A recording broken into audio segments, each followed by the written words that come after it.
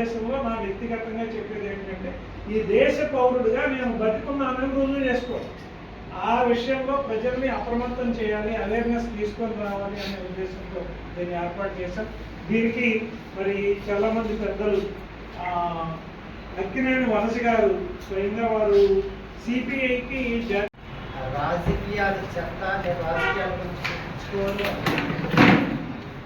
అది తప్పుడు ఏ రాజకీయ పార్టీలో తప్పు పడడానికి వీలేదు. ఎందుకంటే మనకి ఎన్నికల సంఘంలో మనకి నిర్దేశించినటువంటి నిబంధనలు నిబంధన ఇప్పుడు జరుగుతున్నట్లు ఏంటంటే 24లో జరిగినటువంటి పార్లమెంటు ఎన్నికల వ్యవస్థ ఓటర్ లిస్టుని ఎంత గందరగోళం చేశారనేది మనకు అర్థమవుతా ఉంది. అంటే ప్రతి లక్ష్యాలు ఎన్నికల సంఘానికి ప్రధానంగా 2 లక్ష్యాలు. ఒకటి, ప్రతి ఓటర్ని ఓటులకు కలిగించేటట్టు ఎన్నికల సంఘమే చేయాలి. ఓటర్ వెళ్ళి నాకు ఓటు కావాలని ఇప్పుడు ఎస్ఐఆర్లో మనం వెళ్ళి అప్లికేషన్ ఇచ్చుకోవడం పద్ధతి కాదు. ఇది రాజ్యాంగ వ్యతిరేకం. రాజ్యాంగంలో మనకి ఎన్నికల సంఘంలో మనకి నిర్దేశించింది ప్రతి పౌరుడికి ఎన్నికల సంఘమే ఓటు కల్పించాలి. అలాగే రెండోది ఏంటి, ఎన్నికల వ్యవస్థని ఏ రకంగా నడపాలి, షెడ్యూల్ ఇవ్వాలి.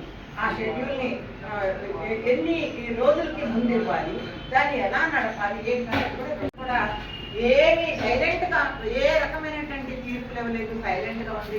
అయితే ఒక మాట ఏం చెప్పిందంటే సుప్రీంకోర్టు గారు వల్ల మీరు ఎన్నికల కమిషన్ ఒకే ఒకటి కొంచెం పాజిటివ్ ఏంటంటే ఏ ఓట్లు ఈ ఓట్లు మేము అలాగా మేము భారతీయ పౌరులు మా ఓట్లకు మాకు కావాలని చెప్పండి సుప్రీంకోర్టు కూడా న్యాయం జరిగినటువంటి పరిస్థితిగా మనం ఆలోచిస్తాం.